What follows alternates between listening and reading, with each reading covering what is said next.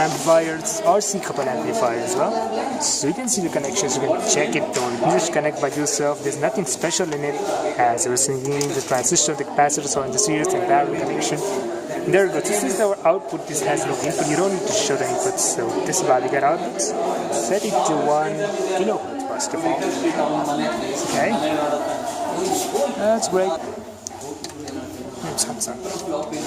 So guys, let's see. Check out. 1 second. We have nothing. Range us. Kilohertz now. Yeah, there we go. This is our output.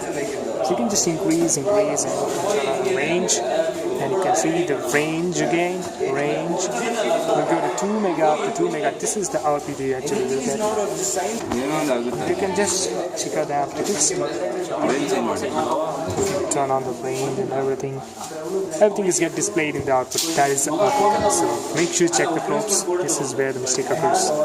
Okay, that's it. Thanks for watching. We'll be back in the video very soon. Peace.